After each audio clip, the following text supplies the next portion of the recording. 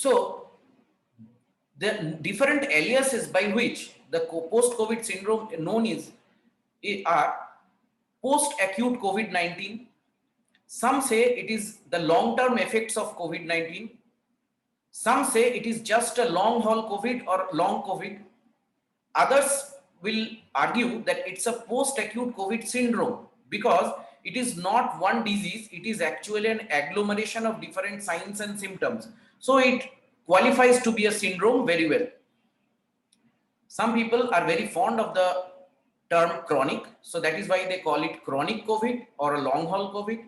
And a medically well-known term is the post-acute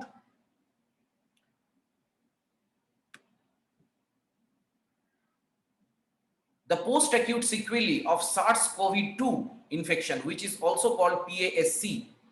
Now, this is something which is medically very appropriate for the medical personnel or the healthcare workers. So, all these different aliases are actually referring to the same problem, the same person. So, that is why even if we are calling them by different names, we are actually dealing with the same patient.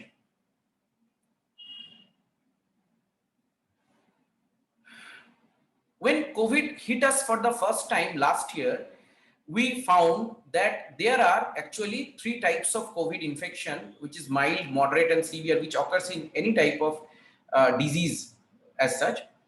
And we found that the aged people, the elderlies, are generally afflicted by severe disease.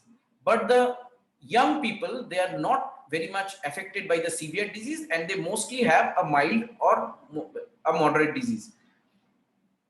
But post-COVID effects does not spare any age, and post-COVID effect does not spare even the people who were afflicted with mild disease. So we have to remember that post-COVID sequelae or a long COVID can occur even after mild disease, and it does not depend on age. It can occur also in the young. So it is not only the elderly we are looking at, and it is not only the people who were very severely affected, who had an ICU stay, who required supplemental oxygen, or who required IV antivirals and steroids and others, for which we think about the post-COVID effects. Post-COVID effects can occur even in a person who was at home while he had COVID, and he recovered without much complications, and he didn't have to take many medications, or he didn't have to visit the hospital. But even then, he can have a long COVID or post-COVID complications. So the question which comes to our mind, which haunts our mind, that what are the causes for long COVID? Why some people are having COVID which gets away fine, but some people, they continue to suffer for a long time even after they have been declared free of COVID-19. As we all know, whenever any microbe enters our body, the first line of defense is always our antibodies. The antibody response has to be strong against the microbes, be it a virus, be it a bacteria, or other microbes.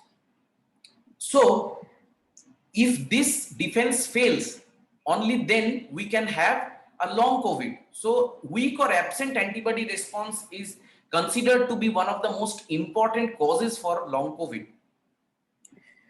We sometimes find that even after building up a very strong antibody response, there may be persistent viremia in some patients.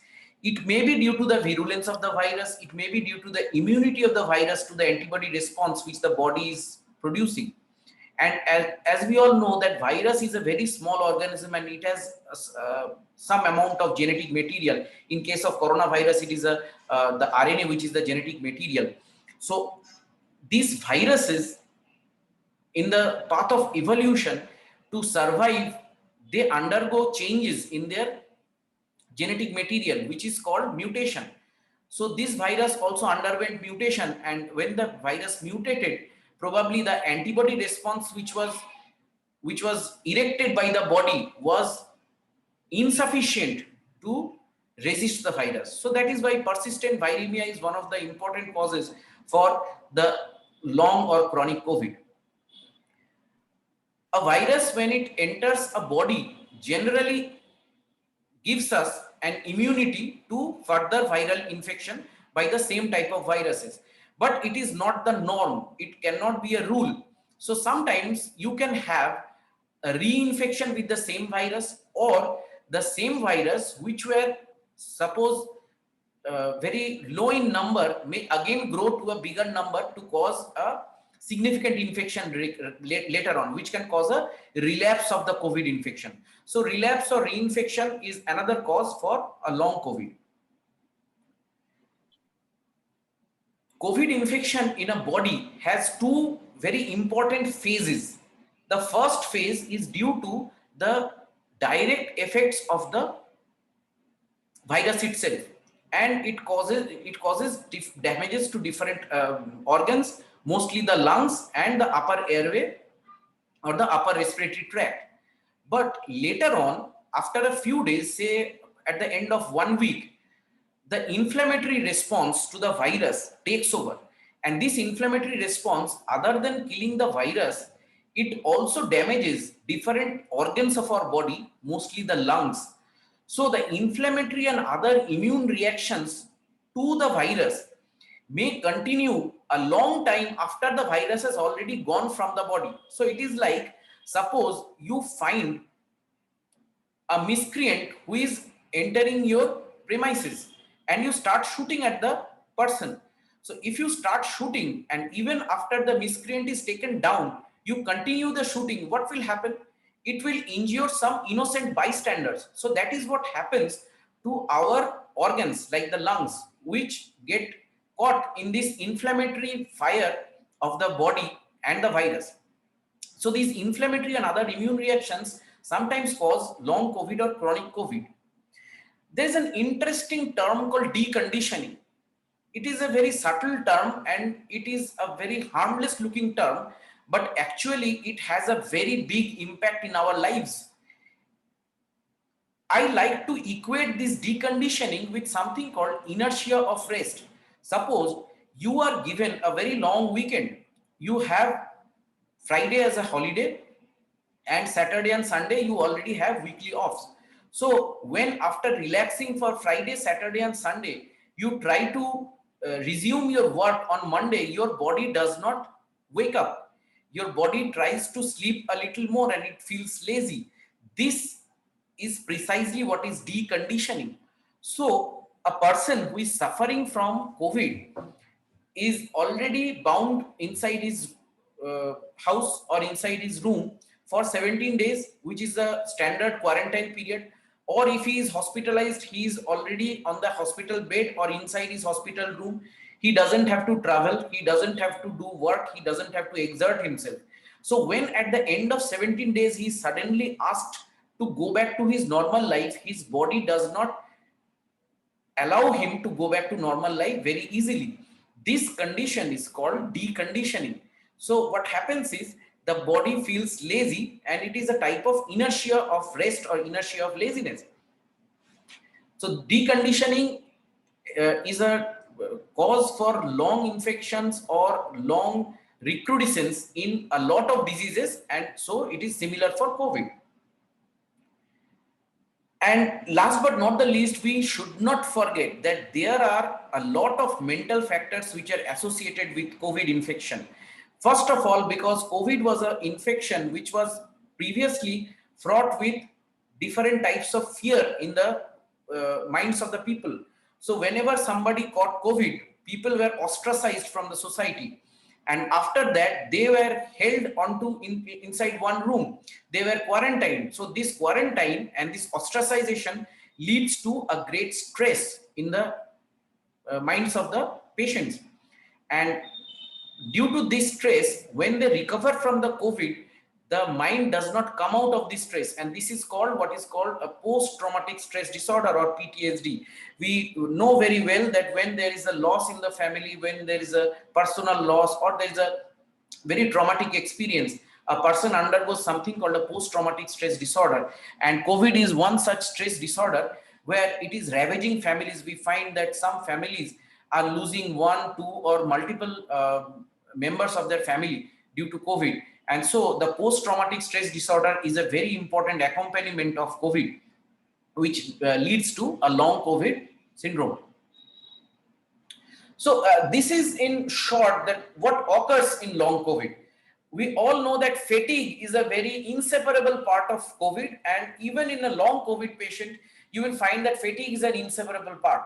And the patient does not want to go back to work or to the normal life routine, and the fatigue already binds him down.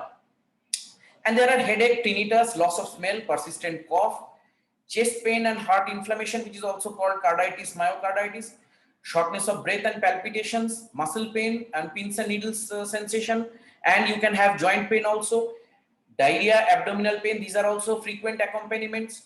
Forgetfulness, depression, and something called brain fog. I will discuss it later. And there can be a rash or a recurrent fever. These are most common in children, where we have a different syndrome called multiple inflammatory syndrome of children, MIS-C, which is a talk of concern these days. And some people are saying that when the third wave hits, probably MIS-C will take a greater role in our lives. But some people are saying that it is not very prudent to consider that children will be more affected in the third wave, and we don't have to fear too much about the children. So when do we say that a person is suffering from post-COVID and not from COVID itself? So what is the demarcation between a COVID infection and the post-COVID? Traditionally and very popularly, it is 4 weeks. So 4 weeks after the first sign of infection, or from the 4 weeks from the first day of your infection, or from the first day when you tested yourself, if you have some symptoms which are due to COVID, then it is post-COVID. So it has to be 4 weeks. There are some reports which say it is 3 weeks, but they are not very popular. The most plausible definition of post-COVID infection these days is 4 weeks after infection. As I told you, fatigue is the central and the most important part of the post-COVID syndrome. Shortness of breath or difficulty in breathing is already a part of fatigue, but it may also occur independent of the fatigue. Cough, most of the patients of COVID will have cough sometime in their disease, and even after the disease has gone, many patients will continue to cough.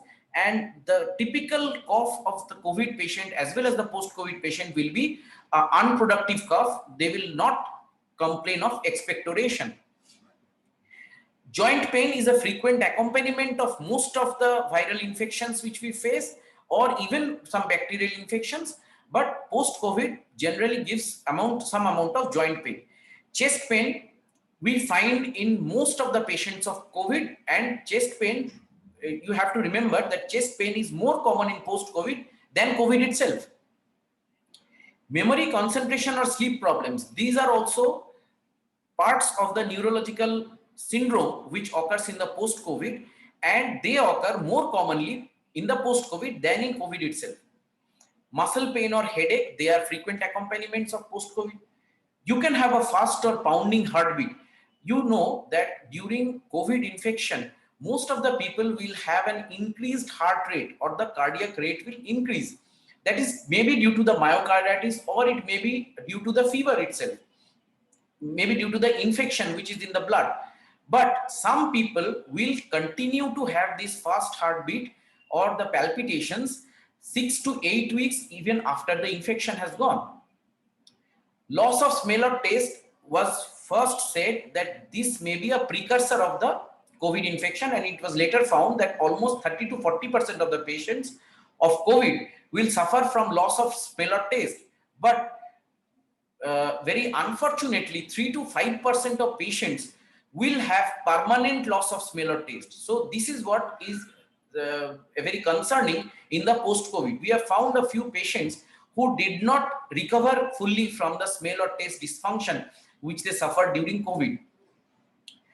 As I told you that the COVID stress, or the stress of being in a quarantine or suffering from a disease where there is undue risk of hospitalization, undue risk of death, you are bound to suffer from some depression or anxiety about the disease. Fever. Um, uh, I would like to tell you that the most persistent symptom of post-COVID in Kolkata, it was found in a survey, is a mild low-grade fever, and it is continuing for at least up to 3 months. So there are many patients who are coming to you after COVID with persistent low-grade fever. Dizziness when you stand. We as ENT surgeons know that dizziness when you stand uh, actually is a marker of a positional vertigo or benign positional paroxysmal vertigo, BPPV. But dizziness when you stand is very common after a COVID infection. And I would like to add to this that dizziness when you stand is medically called vertigo. And I would like to add tinnitus, or the sensation of sounds in your ear without an external stimulus. These also occur in post-COVID very commonly. And there are also reports of hearing loss, a permanent hearing loss due to the nerve damage in post-COVID infections. And I have also got 2 cases of facial nerve paralysis where the mouth becomes bent towards one side after a COVID infection. And it is also the work of fatigue that the symptoms will worsen after physical or mental activities. So a person who used to do some workout or who used to walk a bit before the COVID infection will tell you that now, even after taking a few steps, I feel very tired and I don't feel like walking anymore or doing some mental activities anymore. So these are worsened symptoms after the physical or mental activities. Now, I would like to put a word of caution here that all these symptoms, though they are symptoms of post-COVID, we have to be very careful and we have to inquire whether these symptoms persisted in the patient before the COVID infection also. Because some people will tell you that these symptoms were present in the body even before the COVID infection. If it was present before the COVID infection, these symptoms cannot be said to be due to the COVID or due to the post-COVID. Only the symptoms which are appearing after the COVID infection has set in the body, only then you can term them as post-COVID patients. Other than the effects of COVID-19 infection, there are some iatrogenic problems. Iatrogenic means the effects of COVID-19 treatment or the hospitalization. That is something the doctor did to you and it occurred to you. We know that due to the respiratory trouble in a patient of COVID, many patients have to be intubated and have to be intubated for long. And we also know that prolonged intubation, that is more than 5 days of intubation, gives you some tracheal trauma. And due to this tracheal trauma, there is something called tracheal stenosis. The trachea becomes smaller in diameter. And if it becomes thinner, the airway will be compromised. So tracheal stenosis from prolonged intubation is an effect of COVID-19 treatment which can lead to long-term respiratory depression, respiratory difficulty, and fatigue and other problems. Severe weakness, which is also a part of the fatigue syndrome, and severe weakness may be due to hospitalization and the different medications you received at the hospitals, due to loss of nutrition, which may be due to the treatment, may be due to the hospitalization or other things. Deconditioning, as I told you, deconditioning can occur due to quarantine at home, or deconditioning can occur due to hospitalization also, because even in a hospital, you are not allowed to do your routine activities. Post-intensive care syndrome, though it is very common in any patient who is going to the intensive care unit and staying there for long, and generally they present with disorientation because they cannot orient themselves to the day and night phenomena which is occurring outside. They cannot see the known faces, they only see some people going about in PPEs or their fellow patients. So they sometimes present with psychosis or different types of other mental disorders, which is a part of the post-intensive care syndrome. And post-traumatic stress disorder, I have already discussed what it is, and it can occur due to hospitalization. One of our professors who was hospitalized with COVID last year, and stayed in the intensive care unit for a long time, gave us a very good account of what amount of stress occurs when you are in the ICU and you see people dying just beside you or in front of you, and later on when you come out of the ICU you still have that post-traumatic stress in your mind or at the back of your mind. Now this is very important that for a patient to be at home after a COVID infection, what is absolutely needed is a pulse oximeter. You cannot keep a patient at home without a pulse oximeter. So pulse oximeter is the basic ingredient which you have to have in your home. But there are certain guidelines that how to use the pulse oximeter. The pulse oximeter has to be used on the middle finger of your left hand. Now this is the desired thing, but it is not always absolutely necessary. You can use it in any finger.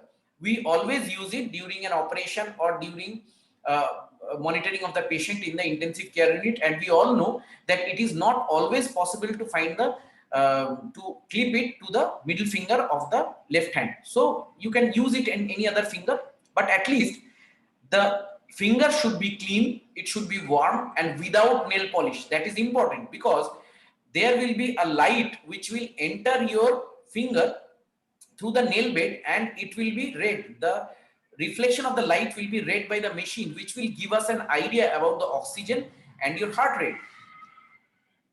Other than this, the pulse oximeter reading has to be taken after resting for 20 minutes. So just after coming from the market, you cannot take a pulse oximeter reading. It will be erroneous. Moreover, if there are multiple persons in the same house, you cannot use the pulse oximeter at a stretch for 5 people. You have to leave the device to stabilize for some time, say 1 to 2 minutes. And after you take 3 readings, you have to take the highest reading obtained, and that should be recorded. These guidelines are very important guidelines, and they have been put down by very eminent scientists or doctors in the British Thoracic Society. So these are very important points which you have to remember while using a pulse oximeter at home. Now, for a post-COVID patient, just taking a pulse oximeter test once is not enough.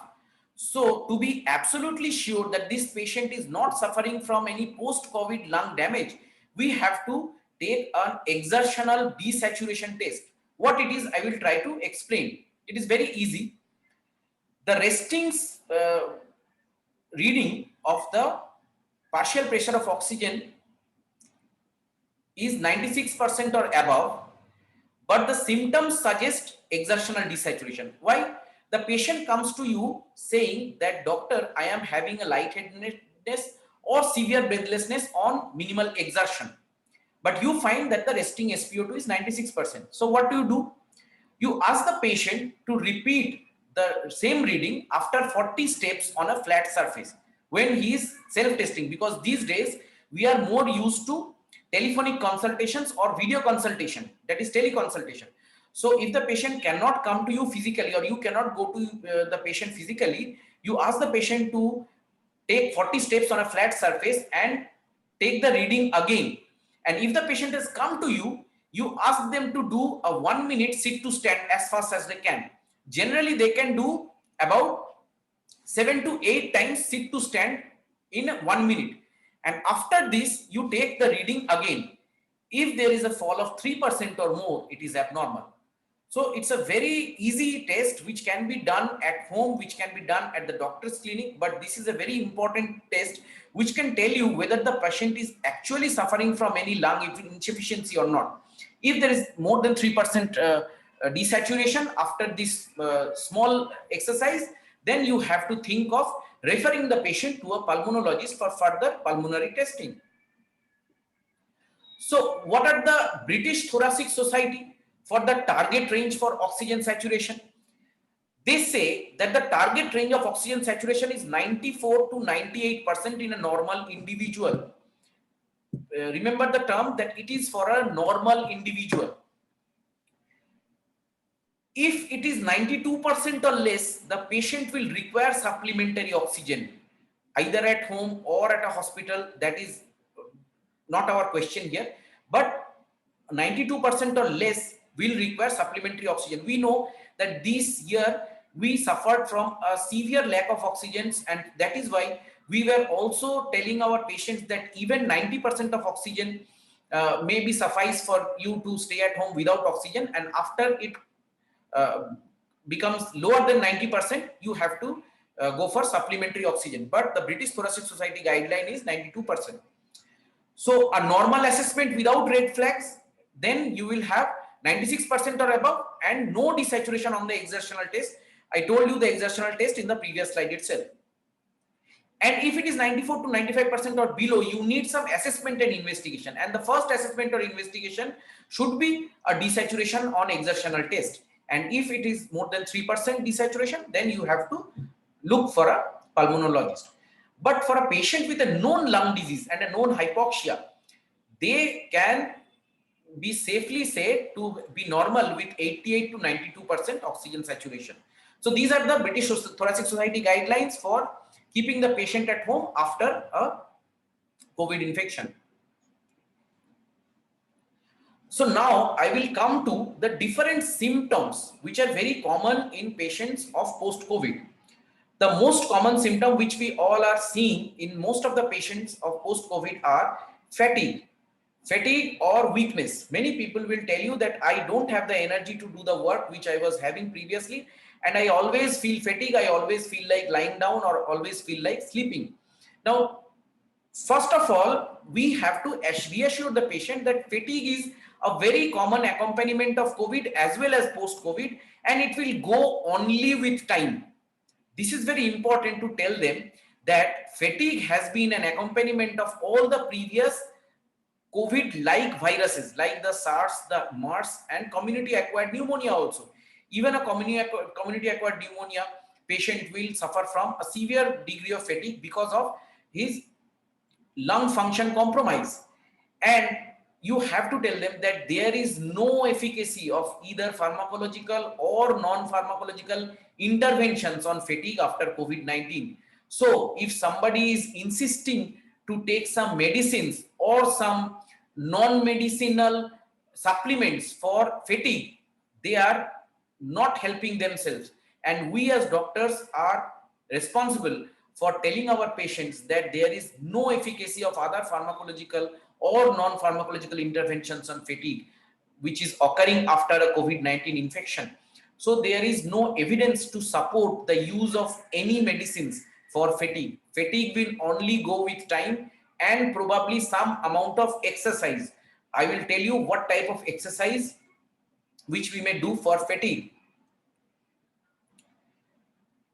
The other signs and symptoms of COVID infection which may persist or which may reoccur after a COVID infection are the painful or pleural inflammation and cough. Many people will come to you with pain in different areas of the chest. Some will say it is on the left side. Most of them will say it is on the right side. And a few will also say it is on the middle of your chest. Now, it is very important to know that most of the COVID patients, they are suffering from a lot of stress, and they are being given steroids for a long time. So these patients will have some amount of gastric irritation, esophageal irritation. So this gastroesophageal irritation will already give them some amount of heartburn or signs of esophagitis. So some amount of chest pain is very common in post-COVID.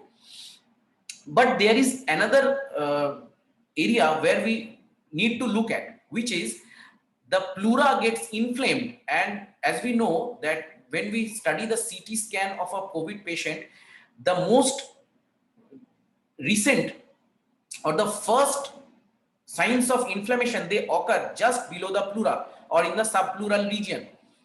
So this pleura gets inflamed, and this pleural inflammation takes a lot of time to heal. Even if the alveoli have healed, the pleural inflammation will continue for a long time, and it will continue to give pain to the patient. And the patient will generally complain of pain at the end of the inspiration.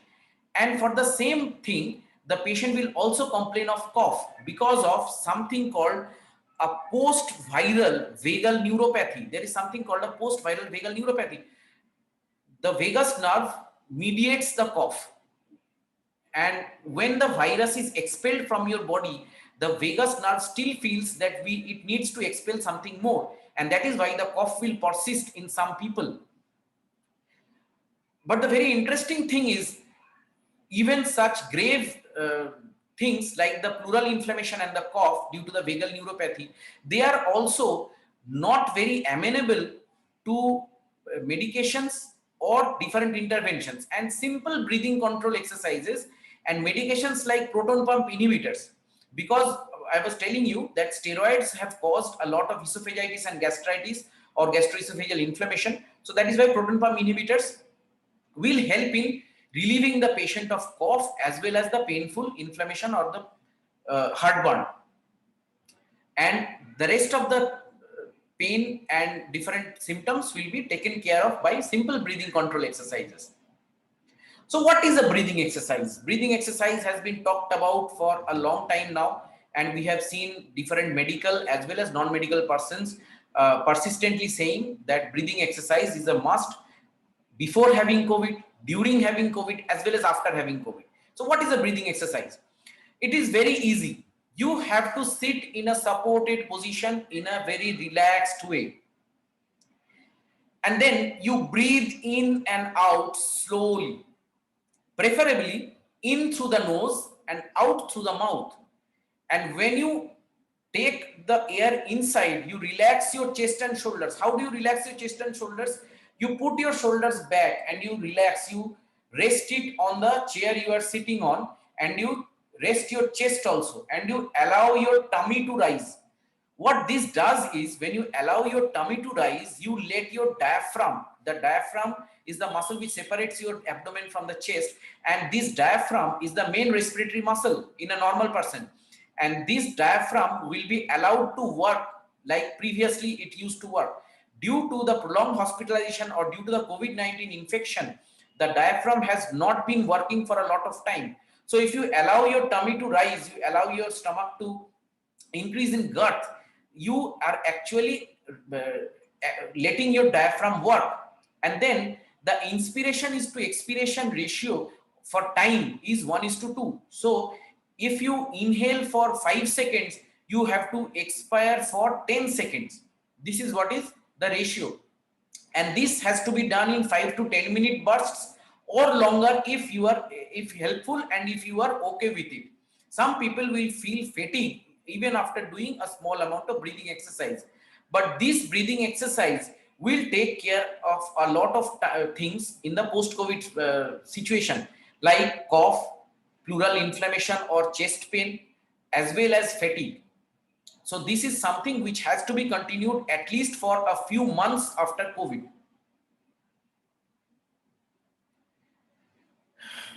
Now, this is something which I got in the British Thoracic Society guidelines, that when does a sportsman return to work? So this I have included. Not always we will be treating sportsmen, but even for normal persons, we have to sometimes answer their questions that, doctor, when do I resume my normal activities? When do I resume my normal hectic activities like going to the market every day, going to my normal routine of 10 to 5 jobs? And when do I get back to my schedule of workouts? Say some people are asking. So this will give you an idea that how fast you can return to your normal life.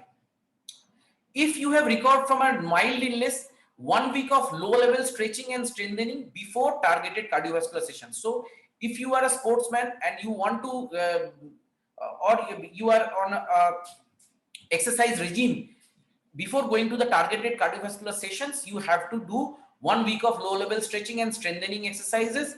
And if you feel good after doing that, only then you return to the targeted sessions. If you had very mild symptoms, you have to limit your activities to only slow walking, and you increase the rest periods if symptoms worsen. So you walk for a few minutes and then rest for another few minutes and then again do a slow walking. But you have to avoid high intensity training. just now. And if you have the persistent symptoms such as fatigue, cough, breathlessness, and fever, then you have to limit your activity to 60% of maximum heart rate until 2 to 3 weeks after your symptoms have gone. So if you are having a persistent symptoms like fatigue and breathlessness, you have to wait for 2 to 3 weeks, say a month after your symptoms have gone. Now, patients who were having a more severe disease, who had lymphopenia, that is a reduction in the white cell count or required oxygen supplementation, they have to have a pulmonologist's opinion before resuming exercise, and they have to get a spirometry or another CT scan of the thorax done before resuming exercise. And who had cardiac involvement will need cardiac assessment before resuming. So this is very important, that the patient who was suffering from some sort of heart failure or myocarditis or pericarditis during his COVID infection will require a cardiac assessment before resuming. But the rest can go back to their normal if there is no problem in their exertional desaturation test, as I told you in the previous slides. Chest pain, as I told you, is a very frequent accompaniment of COVID as well as the post-COVID. So the first thing which we have to do as physicians is we have to separate the musculoskeletal and other non-specific chest pain from serious cardiovascular conditions. So suppose a patient comes to you with a left-sided chest pain, not always he will have a cardiovascular problem.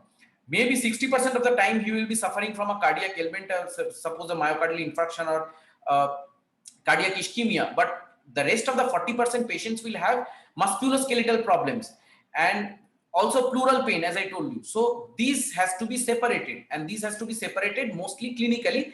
And if you can't do it clinically, and if you have a very strong suspicion, you have to go for different investigations, and these investigations will include an echocardiogram and ECG and echocardiography, as well as cardiac scintigraphic studies, or in some very severe cases you can go for a coronary angiography also.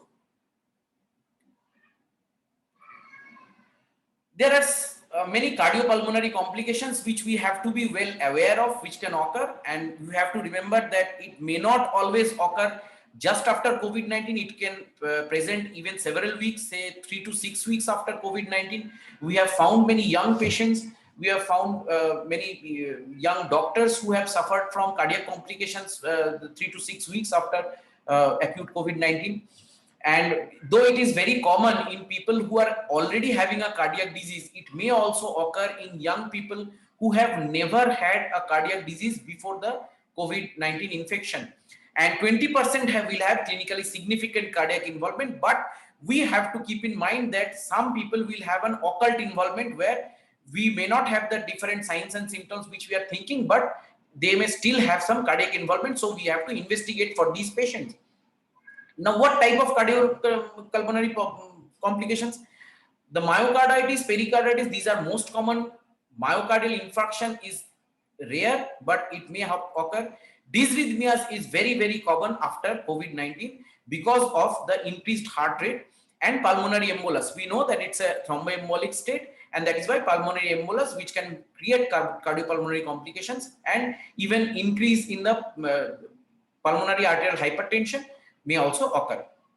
And the pathophysiological mechanisms we already know, but I would not go into much details. Mostly it is due to the viral infiltration, the myocarditis and pericarditis, and inflammation and microthrombi will cause the vascular damage, and downregulation of ACE2 inhibitors or ACE2 receptors. Downregulation of ACE2 receptors cause the cardiopulmonary complications mostly. Thromboembolism is a very dreaded complication of COVID-19, and as well as for COVID vaccines, as we see that many people are very fearful of this, and we have also had reports of different thromboembolic episodes during and after COVID, and even in some patients who had suffered COVID and their autopsy was done. Some reports are from Italy, and recently one autopsy has been done in West Bengal also, and there have been found thromboemboluses in emboli in the kidneys, in the heart, as well as in the lungs of the patients. So we know that COVID, due to the post-COVID cytokine storm. It's an inflammatory and hypercoagulable state, and there are increased risk of thromboembolic events. And many patients who are hospitalized, they receive prophylactic anticoagulation to prevent the thromboembolism. So though it is different recommendations in different hospitals, most of the people, they are prescribed 7 to 10 days of prophylaxis from thromboembolism after they are discharged. Now, if the patient has already suffered a thrombotic episode, anticoagulation and further investigation is recommended. But it is not known for sure that how long the patients remain hypercoagulable following acute COVID-19. This is important, and this is important to tell your patients that we still don't know how long you will remain in the hypercoagulable state, how long your blood counts will come down to normal, your D-dimer will come to normal, how long we don't know. Some people recover in 7 days, some people may still have a high D-dimer count after 7 weeks. So it is still early to say how long you will be suffering from this. Ventricular dysfunction is quite rare after COVID-19 infection or in the post-COVID era, but you have to be very wary of it, and you have to check the ejection fraction by echocardiography. And intense cardiovascular exercise in a patient who has been hospitalized or who has had a severe COVID infection with some cardiac complications, they have to be under intense monitoring 3 months after discharge also. And you have to let the patient return to normal left ventricular systolic function before they resume their exercise. And athletes, because they have to return to the cardiovascular regimes, they are advised 3 to 6 months of complete rest from cardiovascular training if they have suffered a severe form of COVID-19 and they had some cardiac complications, and the specialist follow-up will have to be in their treatment. And a return to sport will be guided by the functional status, and you have to get all the investigations to know that your ventricular function has returned to normal before you resume your normal cardiovascular activities. Neurological sequelae are quite a lot, and you know that ischemic strokes, seizures, encephalitis, and cranial neuropathies have been reported in a number of patients of COVID-19, and we still don't know the reason for most of them, but some may be due to the thromboembolic episodes and some may be due to direct inflammation of the nerves, just like the facial nerve. It is very difficult to explain the complication of a facial nerve paralysis after a COVID infection, but we are still learning about the disease every day. Headaches, dizziness, and cognitive blunting, which I have already discussed as brain fog, which will lead to loss of memory, which will lead to your suppression of your higher functions or the cognitive functions, or your intellectual capability will be reduced. This is called brain fog, and this is occurring in few patients of COVID-19, and it is continuing in the post-COVID. Now, there is no evidence-based guideline on the management or referral of these patients. So you have to think about it yourself, that whether you can monitor these symptoms and treat these patients at home or at your or yourself, or you want to refer this to the neurologist. So this is anybody's guess that when to refer, that whenever you are finding that all your investigations are not yielding much for the patient, then you have to refer it to the neurologist for further consultation. Now, these are some things which we have to remember before treating a patient of post-COVID-19, that it tends to affect older patients more severely, as we know. But this was the norm in the first wave. It is not the norm in the second wave. And even some young patients have been affected very severely. And mostly in the second phase, that is in the cytokine storm phase. Now, those patients who survive after a severe COVID-19 infection are at high risk of sarcopenia, malnutrition, depression, as well as delirium. And some people will say they have chronic pain, and though it is reported that it generally occurs in elderly patients, I have found many young aged patients who are also suffering from post COVID-19 chronic pain, and it is very difficult to convince these patients that this chronic pain will go off without any medications. And we know that the physical symptoms of the COVID-19 as well as the post COVID-19 will add to the psychosocial impact because of the ostracization, because of the quarantine, and the cutoff from your normal routine. So that is why the deconditioning will take a lot of time for the patient. So it is important for the patient to have some care groups where he will find some support networks, and these support networks will give them the mental support to return to normal life.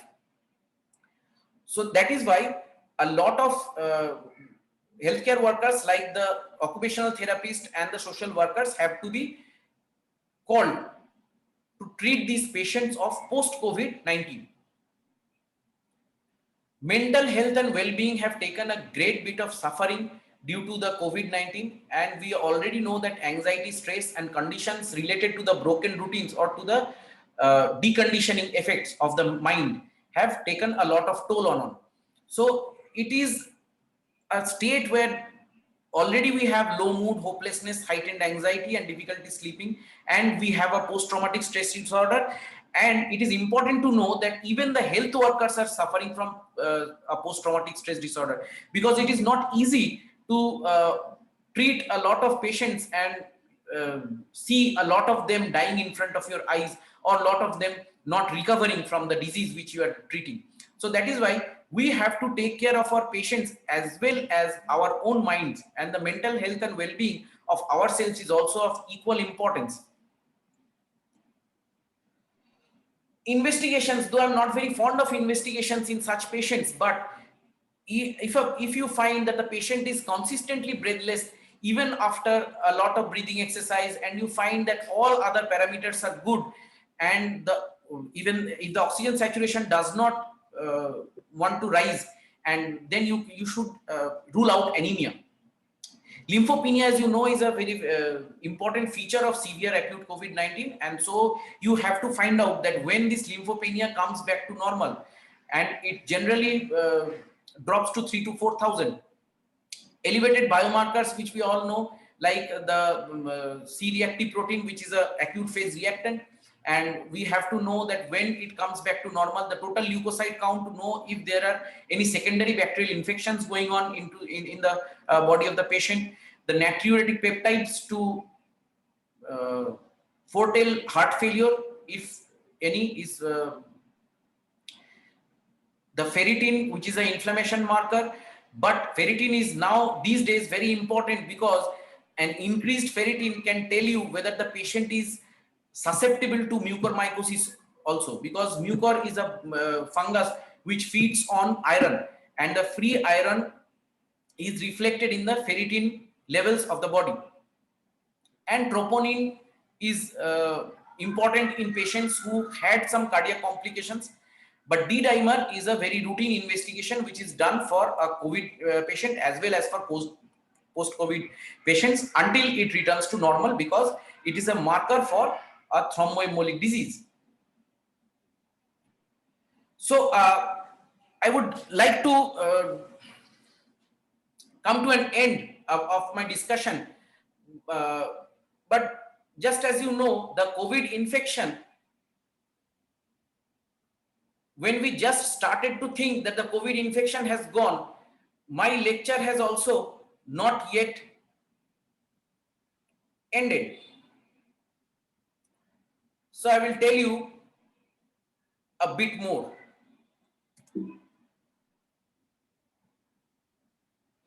I know many of you were thinking that if I was talking about post-COVID, how could I miss something which is actually in my domain? And it is mucormycosis. Mucormycosis is called a black fungus, but it is a misnomer. Neither the fungus itself is black, neither it does something black. But what happens is, mucormycosis affects our body in different parts, and there is thrombosis of the blood vessels, that there is loss of blood supply. Due to the loss of blood supply, there is necrosis or death of the tissues, which causes the tissues to go black. So that is why it is called black fungus. But you have to know that who are the patients who are prone to get mucormycosis. First and foremost is uncontrolled diabetes. Only the patients with uncontrolled diabetes are getting mucormycosis in our experience. In Maharashtra, there are some reports, there are some unconfirmed reports that some patients without diabetes are suffering from mucormycosis, but we are not very sure whether those reports are true or not. Patients having immunosuppression or immunomodulators during COVID treatment. Some patients were already receiving immunomodulators, suppose for some other disease like arthritis and all, or some malignancy, and immunosuppression by steroid therapy during COVID treatment to suppress the COVID, the cytokine storm. This also leads to mucormycosis.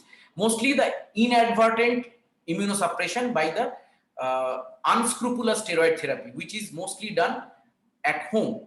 That is very much a culprit for mucormycosis infection. Voriconazole therapy. Voriconazole, as we know, it is an antifungal, but it predisposes to mucormycosis. So giving a patient voriconazole as soon as the patient reaches an ICU for any reason or other will lead to mucormycosis and a prolonged ICU stay. As you know that because a prolonged ICU stay will actually lead to the previous 3 points. And a post-transplant or a post-malignancy patient. So a post-transplant malignancy patient will have different immunomodulators or immunosuppressants, and the patient's immunity will already be lowered. That is why they will be prey to mucormycosis. So what will the patient look like, or what will the patient present with? I'm sorry that I could not hide the identity of the patient, because this patient needs his face to be shown to tell you what the patient of mucormycosis looks like.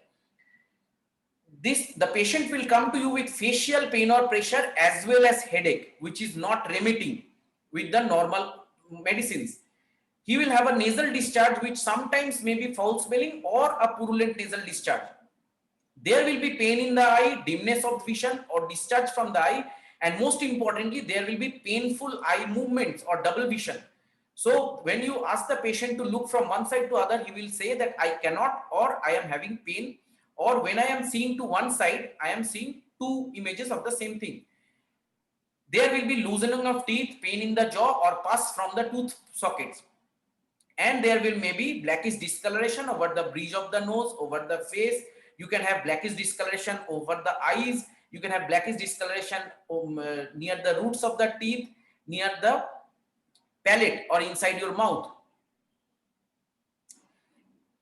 And some patients will have the symptoms of pulmonary mucormycosis. The pulmonary mucormycosis is not a primary thing. It occurs after there is colonization of mucor in the upper respiratory tract. After that, it goes to the lower respiratory tract. So these patients will complain to you of cough, fever, hemoptysis, chest pain or worsening of respiratory symptoms. Now there is another severe form of mucormycosis which is called rhinocerebral mucormycosis. So when the mucormycosis infection invades the brain or the cerebrum, it leads to neurological consequences or neurological sequelae. The patient will have severe headache. He can have cranial nerve paralysis. He can have signs of intracranial hypertension, vomit, persistent vomiting, convulsions, and all these. Now, this is the part of the mucormycosis where it becomes almost untreatable and most of the patients will die. Even before the COVID infection, the mortality of a mucormycosis patient was 50%. And after COVID infection, because the patients will have different comorbidities like uncontrolled diabetes, some patients will present with diabetic ketoacidosis, some patients will be COVID-19 positive still when they are presenting with mucormycosis. They are very difficult to treat and the mortality will be more than 50% anyways. So what are the nasal endoscopic findings? So on nasal endoscopy, you will find features like this. This is the nasal turbinate, and you can see that in a red area you will find a white area where it is undergoing necrosis. So the turbinate will undergo necrosis. How do you know that it is necrosis? That it is not bleeding. Biopsy has been taken from here, but it is not bleeding. So that means there is loss of blood supply to this area. This is what mucor does. It stops the blood supply to the area. So there can be white or black areas on the turbinates. There can be pus from the sinus openings. These are the sinus openings from where pus was coming. And you can have some white fungal material inside the sinuses also. But you have to remember that roughly 40 to 45% of patients with mucor as well as aspergillus, which is another fungus, which is not as aggressive as mucor, but it is very important for us. With severe pterygopalatine fossa is inside your nose, it is behind the nose and the infratemporal fossa, will have normal findings on nasal endoscopy. So even if you have a normal findings on nasal endoscopy, you have to go for a contrast enhanced MRI of the nose and paranasal sinuses, which is the investigation of choice. The same patient which I showed you the picture, we did have this picture on MRI, contrast enhanced MRI, and you can see that the MRI here, it has pushed the orbit, it has gone into the orbit, and this whole white thing, this is the fungal infection, and it is already abutting the cerebrum here. I suspect there is a bone erosion here, and it might be the harbinger of rhinocerebral mucormycosis. And this is the coronal section. This is the axial section. So what is the management?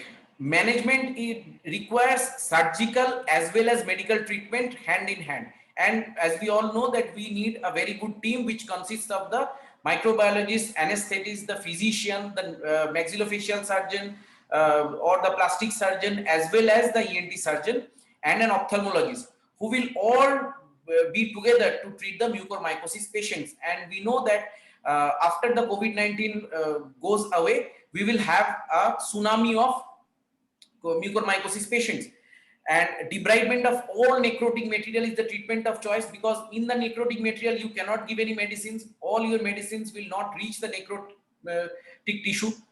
Liposomal amphotericin B is for the residual disease. Now why liposomal amphotericin B is available, but liposomal amphotericin B is a safer drug and it leads to lesser effect on the kidney. Amphotericin B is a very nephrotoxic drug. It destroys the kidneys. That is why liposomal formulation of the amphotericin B is used. And there's a specific dose. It is 5 milligram per kg per day for the patient who is suffering from mucormycosis of nose and paranasal sinuses. But for rhinocerebral disease, you need 10 milligram per kg per day. And you have to continue it for 3 to 6 weeks. And after that, if the patient has responded to the treatment, you have to switch over to oral posaconazole. We know that one of the pharmaceutical companies has come out with oral posaconazole, and the oral posaconazole dose is 300 milligram twice daily on the first day, and to continue for 10 days after that with 300 milligram once daily. So these two are the miracle drugs which will help you tide over the crisis of mucormycosis. But the first thing has to be debridement of the necrotic material, and sorry to say that both of these medicines are not very much available these days. So now I finally come to the end of my talk, and we sincerely pray to God that this is the end of the second wave when we inject the world with the vaccine for COVID-19. So thank you everybody for listening to me. Thank you very much, Dr. Soumitra Kumar, for your wonderful presentation.